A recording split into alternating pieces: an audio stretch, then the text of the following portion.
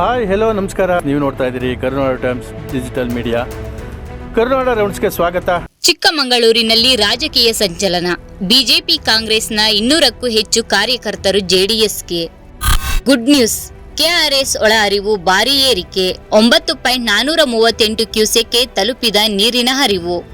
ಬೆಳಗಾವಿಯಲ್ಲಿ ಪರಪತ್ನಿಯ ಫೋಟೋ ಸ್ಟೇಟಸ್ಗೆ ಹಾಕಿದ್ದೇ ಮುಳುವಾಯಿತು. ಅನೈತಿಕ ಸಂಬಂಧದ ಶಂಕೆಯಲ್ಲಿ ವ್ಯಕ್ತಿಯ ಕೊಲೆ, ದಂಪತಿ ಬಂಧನ. ದರ್ಶನ್ ಅವರನ್ನು ಮದುವೆಗೆ ಕರೆದಿಲ್ಲ, ನಾನು ಸಾಕ್ಷಿಯಾಗಿರುವುದರಿಂದ ಆಹ್ವಾನಿಸುವಂತಿಲ್ಲ ಎಂದ ಚಿಕ್ಕಣ್ಣ. ಟಾಕ್ಸಿಕ್ ಭರ್ಜರಿ ಓಪನಿಂಗ್.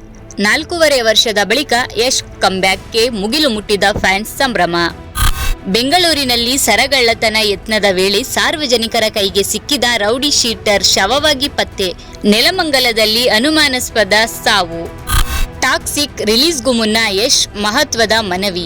ಸಿನಿಮಾ ದೃಶ್ಯಗಳನ್ನು ರೆಕಾರ್ಡ್ ಮಾಡಿ ಸೋಷಿಯಲ್ ಮೀಡಿಯಾದಲ್ಲಿ ಹಾಕಬೇಡಿ. ಕಿರಾನಾ ಹಿಲ್ಸ್ ಮೇಲೆ ದಾಳಿ ಉದ್ದೇಶಪೂರ್ವಕವಲ್ಲ.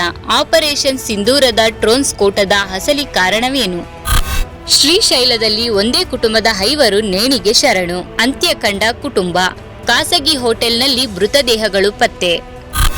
ಎಸ್ಐಆರ್ ಆಕ್ಷೇಪಣೆ ಅವಧಿ ವಿಸ್ತರಣೆಗೆ ಡಿಕೆಶಿ ಮನವಿ. ಕೇಂದ್ರ ಚುನಾವಣಾ ಆಯೋಗಕ್ಕೆ 2 ಪುಟಗಳ ಪತ್ರ. ಕೆಪಿಎಸ್ಸಿ ಅಧ್ಯಕ್ಷ ಸ್ಥಾನದಿಂದ ಶಿವಶಂಕರಪ್ಪ ಸಾಹುಕಾರ್ ಅಮಾನತು. ರಾಜ್ಯಪಾಲರ ಆದೇಶ. ಕೆಎಂಎಫ್ ಅಧ್ಯಕ್ಷ ಸ್ಥಾನಕ್ಕೆ ಈ ಬಾರಿ ಅವಕಾಶ ಸಿಗುವ ವಿಶ್ವಾಸ. ಕೆವೈ ನಂಜುಂಡೇಗೌಡ ಹೇಳಿಕೆ. ಚಿತ್ರದುರ್ಗ ರೇಷ್ಮೆ ಉತ್ಪಾದನೆಯಲ್ಲಿ ಭಾರತ ವಿಶ್ವದ ನಂಬರ್ 1 ಆಗಲಿ ಎಂದ ಗೋವಿಂದ ಕಾರಜೋಳ. ಚಾಮರಾಜನಗರ ಎನ್ಕೌಂಟರ್. ತಮಿಳುನಾಡು ವಿಧಾನಸಭೆಯಲ್ಲಿ ಉದಯನಿಧಿ ಸ್ಟಾಲಿನ್ ಪ್ರಸ್ತಾಪ. ಶಿವಮೊಗ್ಗದಲ್ಲಿ 3 ಮಕ್ಕಳೊಂದಿಗೆ ತುಂಗಾ ನದಿಗೆ ಹಾರಿದ ತಾಯಿ ಮಗು ಪಾರು. 2 ಬಾಲಕಿಯರು ನಾಪತ್ತೆ. ಮಲ್ಪೆಯಲ್ಲಿ ಮೀನುಗಾರನ ಬರ್ಬರ ಹತ್ಯೆ. ಆರೋಪಿ ಪೊಲೀಸರ ವಶಕ್ಕೆ. ಮಲ್ಪೆ ಬದಿಯಲ್ಲಿನ ಬೆಳ್ಳಂಬೆಳಗ್ಗೆ ರಕ್ತಪಾತ. ಸಂಸ್ಕೃತಿ ಬಟ್ಟೆಯಲ್ಲ, ಹೃದಯದಲ್ಲಿದೆ. ಖಂಗಾನ ಹೇಳಿಕೆಗೆ ಕೃತಿ ಸನೋನ್ ಟಾಂಗ್. ತರುಣ್ ತೇಜ್ಪಾಲ್ಗೆ ಸುಪ್ರೀಂ ಕೋರ್ಟ್ ಖಡಕ್ ಸೂಚನೆ. 2 ವಾರಗಳಲ್ಲಿ ಶರಣಾಗುವಂತೆ ಆದೇಶ.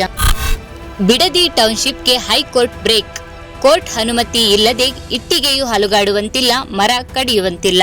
ಕರುನಾಡು ಟೈಮ್ಸ್ ಚಾನೆಲ್ನಲ್ಲಿ ಸುದ್ದಿ ಮತ್ತು ಜಾಹೀರಾತು ನೀಡಲು ಈ ನಂಬರ್ಗೆ ಕರೆ ಮಾಡಿ.